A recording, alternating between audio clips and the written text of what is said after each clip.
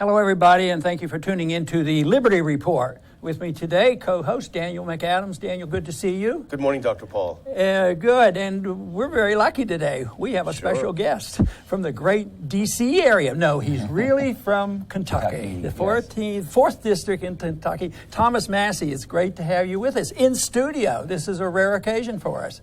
I can't tell you how exciting it is to be here as a real person in your studio and not some disembodied head Skyping in. Yeah, there you go. Now, I want to know, first off, are you a truly dedicated, professed Republican, or are you a plant? You know what, Ron, I think I need to come out of the cloakroom today here and admit I'm a transpartisan. Now, what I mean is I can't really identify with either party some days, more and more so these days. Well, I think you have a problem because you identify with liberty. And, you know, every once in a while, one party's okay on the issue, and every once in a while, the other party's okay. And most of the time, they're all over the place. But I know where you're coming from. And I think the day you walked into Congress, I walked out. Is that about right? That's about right. We overlapped for a week or two. Yeah, there you go. And but I am delighted that you're there. And every once in a while, you have taken a position where you were the only one in the whole Congress to vote. And I guess some people thought, I bet your people back at home, what's this guy doing? What is he doing? He's all by himself. Doesn't he want to get along? Yeah, well, now after 4 years of being in Congress, they just assume I've read the bill and everybody else hasn't. Yeah, there you go. They see that I'm a no. Yeah, well, it is really great, and there's some big events going on now, and you had a recent interview with CNN, and that, of course, the big event that we're dealing with today and yesterday is all of a sudden our government, without the permission of the U.S. Congress, decided to drop a few bombs on that territory called Syria. And it's caused some ramifications, and you were being interviewed on this. What is it that disturbs you about that? Is it only the fact that the Congress had nothing to say about it, or is there more to it than that? Well, there are a lot of troubling things about it, but this is a movie that I've seen before, okay, in various forms. In 2013, you know, President Obama said that Assad had crossed a red line and there would be repercussions, but that he was going to go to Congress. He said, I could do this if I wanted on my own, but I'm going to check in with Congress. And when he checked in with Congress, the people melted our phone lines. I mean, they called up. We got 100 phone calls a day in my office for 7 days in a row. 99 were against going to war with Assad, and only one was for on average. Some days that person didn't call, and it was just 100 to nothing. And so what ultimately happened is Congress never voted. They didn't vote for, they didn't vote against. They said, this is so unpopular, we're not even going to put anybody on the spot and hold a vote. And so then instead, Obama conducted a secret campaign, but funneling billions of dollars of weapons and cash to the radicals there in Syria. But this time, you know, Trump just skipped the whole constitutional aspect of it and just committed what I think is very clearly an act of war without coming to Congress. Now, have your phones been ringing today in your Washington office or Kentucky office? I expect they will. You know, we're just getting started today. You don't know what the reaction has been. On Twitter and Facebook, generally, there are a lot of people who supported Trump who are unhappy with him now, who feel like they were misled. You know, Hillary was running on an interventionist foreign policy, and Donald Trump ran on a non-interventionist foreign policy. Yeah, it's amazing. Someone said this is the quickest 180 turnaround in history. It was less than a week ago that the White House said, you know, removing Assad is not really a priority for us. And of course, that panicked the neocons, John McCain. It panicked the rebels who they'd been supporting for so long. And then the Syria Peace Conference was supposed to start. And then all of a sudden, a complete 180 is turned when, without any investigation or evidence, he starts lobbying 59 Tomahawk missiles, $1.5 million each is the cost. I wonder how the people of Kentucky feel about paying $100 million for a temper tantrum. It doesn't sound like we're putting America first when we spend $150 million or $100 million, whatever it worked out to be, to bomb We're not counting the cost of the aircraft or the destroyers or whatever launch these things that are offshore there. But it doesn't sound like we're putting America first to the people in Kentucky that see that money being spent over there. And today, ISIS is better off this morning, than they were yesterday.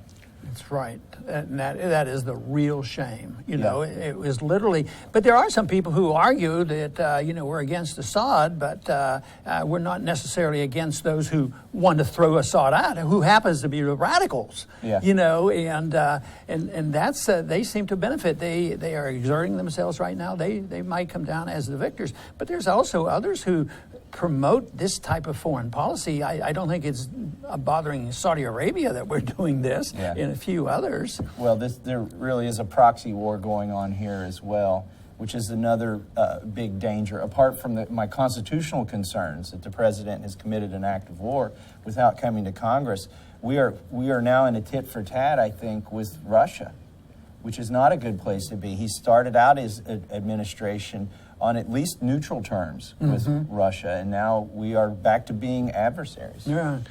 No, I think it would be difficult. I mean, they've tried so far to say that the authority from 2001 for the use of military force, they've stretched it and stretched it to include, fighting ISIS in Syria. But this strike seems to me to be such a stretch. I mean, is there any way you could stretch this to be covered by the 2001 authority? Well, there's two outstanding AUMFs, right? There's the one that ostensibly allowed us to go into Iraq. They've stretched that now. That AUMF allowed us to attack the government of Iraq. Now they're using the same AUMF to defend the government of Iraq, right? And the same 180 has happened with this other AUMF to go after terrorists, Al-Qaeda and their associates. They're saying that ISIS is an associate of Al-Qaeda, so that AUMF allows us to go into other countries after ISIS. But the problem is now, if they're going to claim that AUMF, we're fighting ISIS's enemy. Yeah. So I don't think that AUMF, either of those AUMFs will cover it. Really, a declaration of war is the right thing if we're going to go to war. And I would love to see the DOJ or Office of Legal Counsel must have prepared something for Donald Trump to say, here is your legal fig leaf, if you will, when you do this. So let's give us a look at that legal document. I mean, people were so attracted to candidate Trump, who said, the Russians and Assad are fighting ISIS. What's the problem? Let them do it. Yeah. Thomas, we have the Freedom Caucus. You have chosen not to be in it, and I understand exactly why. But Freedom Caucus has some good people in it, and they try their darndest, and they're trying to sort things out. But where do they come down? Has the Freedom Caucus represented any foreign policy features? Would you go to the Freedom Caucus and say, hey, look, we want a little less intervention overseas, don't you understand? And look at all the failures, this sort of thing. Would they be open to that, or do you think they're just like most Republicans on foreign policy? Well, I think they're probably going to be split on this, and I can't speak for them. They're all individuals. But the Freedom Caucus and I agree on fiscal issues a lot of times and many times social issues. But on foreign policy, we still have the Liberty Caucus, which Justin Amash chairs. And I'm sure that the members of the Liberty Caucus, which is a much smaller group than the Freedom Caucus, will be against this authorization. And you know what I say, even John McCain, I would hope, Senator McCain would agree that we need Congress to weigh in on this, right? That the Senate and that the House should be voting on this. So regardless of what your foreign policy is, if you have sworn an oath to the Constitution, wouldn't you believe that the legislative branch should exert its constitutional duty? Thomas, you're being too logical. Well, I would hope. That's the other thing. People accuse me of being ideological, and I say, no, I'm just being logical here. Well, I I hope you're right, but we've sort of lost any hope along those lines, because one of the battles we have are what we call the neoconservatives, because their position is absolutely different than a constitutional position, because, war seems to be high on their agenda, and they have to have the bully pulpit, and they have to have war propaganda, and this is when I think you've already mentioned it, they have to do this propagandizing like they did prior to the Iraq War. They have to build up the enemy and who it is, and now it's Assad. But to me, it's amazing. You described so well how the Congress resisted and the people resisted. Yeah. Congress had backbone because the people didn't want it. That's so right. I hope we didn't have this tremendous setback, and I hope it isn't just because the parties have changed. Well, I hear the argument that we need to do this quickly, that Congress would take too long to go to war. And my argument is that's why the founders put the declaration of war power within Congress and not the executive branch. The executive branch can be hot-headed, and they could, whoever the president is, they could do something on a dime. But if you're going to commit virtually everybody's sons and daughters, because we have a draft, if you're going to commit everybody to possibly losing their life, if you're going to get in a war, you need to have the people's house involved. You need to have the elected representatives involved in that decision. And frankly, I think it needs to be more than a majority, because everybody's lives are going to be at risk that serves in the military. Well, leading up to Iraq, they had to convince more people, and they spent a long time doing the convincing. But they were looking for weapons of mass destruction, gas was there, and it all turned out to be a lie, or misinformation, or whatever you want to call it. It didn't have it. And how about in 13? They said, Assad had these poison gases. Well, it turned out that he really did. But that still has been in the news. People recite this over and over again, but they had never had proof of this. And this is the same way. Why don't they take your advice and say, hey, sit and think about it for a minute? Why do we have to decide this within 2 days, or less than that? There should be some fact-finding. I mean, the threshold for convicting somebody of murder is pretty high for a reason. And you should apply the same, threshold for truth and for facts when you decide to go to war, I think. And this has only been in the news for 24 hours. I trust that the president has some good intelligence, but he should be sharing that with Congress, frankly. Right. Yeah, it's you talked about logic earlier, and it escapes me. Assad, for better or for worse, has shown himself to be a real survivor over these past 5 years, 6 years of war, and he's shown himself to be pretty rational in that sense. I cannot figure out why people would say that as he was on the verge of defeating ISIS and Al-Qaeda in his country, as he was on the verge of going to a peace conference and settling the political issue, as he finally got the green light from the U.S., okay, maybe you can stay in power, that he woke up that morning and said, you know what, I just want to gas some of my people. It just doesn't, he would have to be the most suicidal, literally, if you think about Gaddafi, the most suicidal person in history, I think. Yeah, that's the other thing. You have to establish a motive when you're trying somebody, and I can't see what his motive would be. What good does it do him to draw the world's biggest superpower into a conflict that he is on the verge of winning? And his two allies that really have saved him, Iran and Russia, if they find out that he actually did it, they're going to back off as well. So he's completely isolated himself. Yeah. One quick point, I've heard people, they're grasping for a legal argument for how Trump could do this. And one that I've heard a senator espouse is that there's a treaty on using gas, or against using gas. But is that how treaties work? Every party to the treaty can just declare war on another party in the treaty if they think they've violated the treaty? That's a stretch a bit. Yeah, I would think that the parties to that treaty would have to come together and agree before even sanctions or anything were administered, would have to agree on the facts. Of course, a lot of this can be solved with a more constitutional oriented foreign policy of non-interventionism, which is the founders talked about no no entangling alliances, which is sort of the thing that the president in his campaign has related to. Why do we have to have NATO and different things? But it looks like we're going to be very interventionist and very much involved, and that's how we get into these messes. So I have a little trouble, having had a couple years in Washington and in the swamp, that we're not going to get you enough help soon to the Congress. But you're crucial to speak out on these issues, and that's why we think you're doing such a great job. But I think it ends like the Soviet system ended. Not that I identify them as equal, but it ended because it was a failed system. Communism doesn't work. But I don't think what we're doing now, whether we're running up these debts for warmongering or whether it's to give everybody free health care and free medical, free education, all this, eventually empires end most often for economic reasons. They usually destroy the currency and they do these other things, and they finally get the people aggravated enough. But I did want to ask you one question, what your experience is on this and where we stand on it.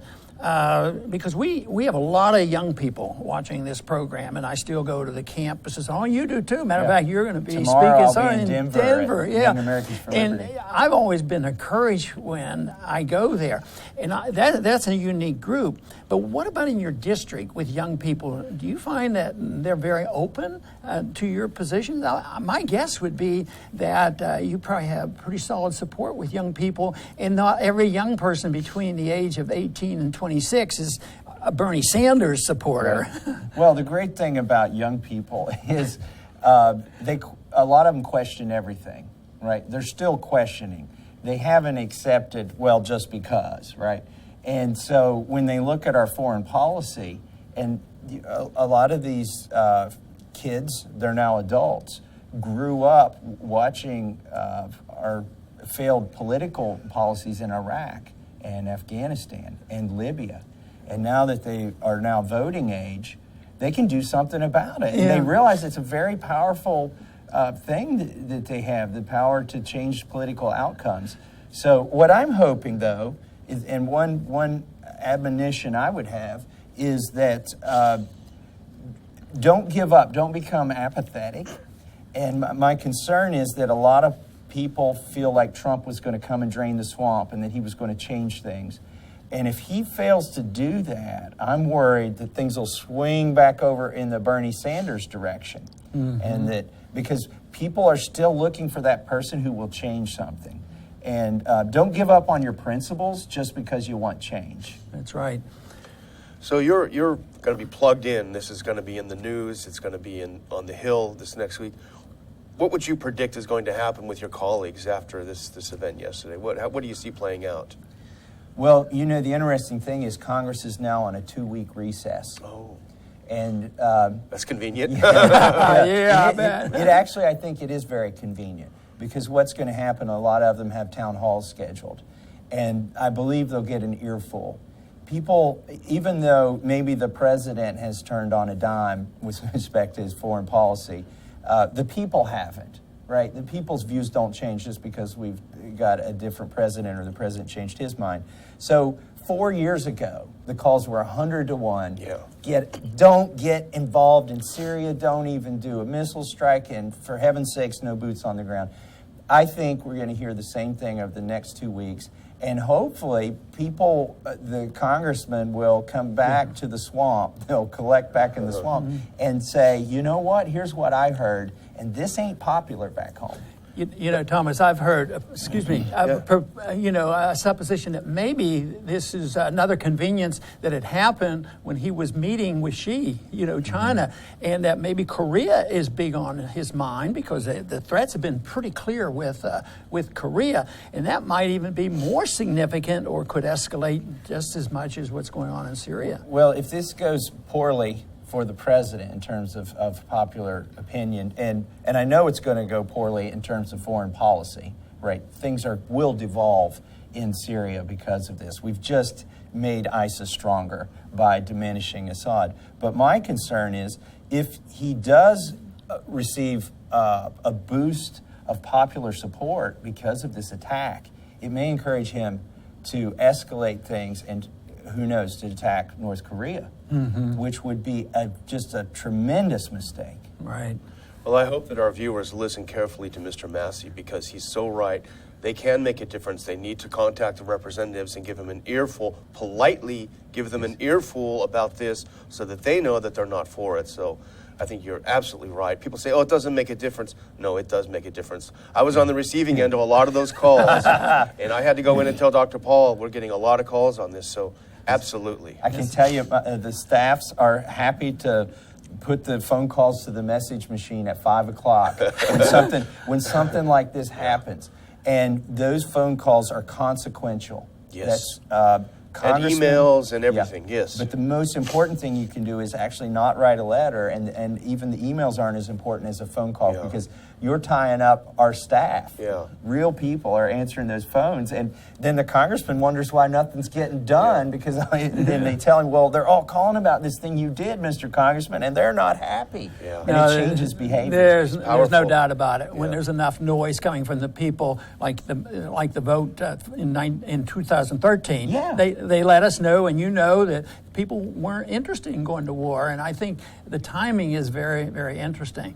I do want to thank you, Thomas. This has been great to have you here. Let me just touch you to. Wow, I can't do this when I'm in a studio somewhere being Skyped in. This is incredible. You're doing such a great job. And I don't have something stuck in my ear, and there's no delay. And if for everybody we send up there will be an ally, can you find about 10 more for us and send them up? Well, my job is when you send them there, I'm going to try and keep them from becoming part of the swamp, because everybody goes there to drain the swamp, and the swamp drains them. You're absolutely right. We've had that experience, and that's one reason I really, really admire what you've been doing, because you went with principles, and you're sticking with them, and there's not too many that do that. Thanks, Ron. I want to thank Thomas as well for being with us today, but really I want to thank our viewers for tuning in today. To me, this is an important issue. It's going to be around, and please come back to the Liberty Report soon.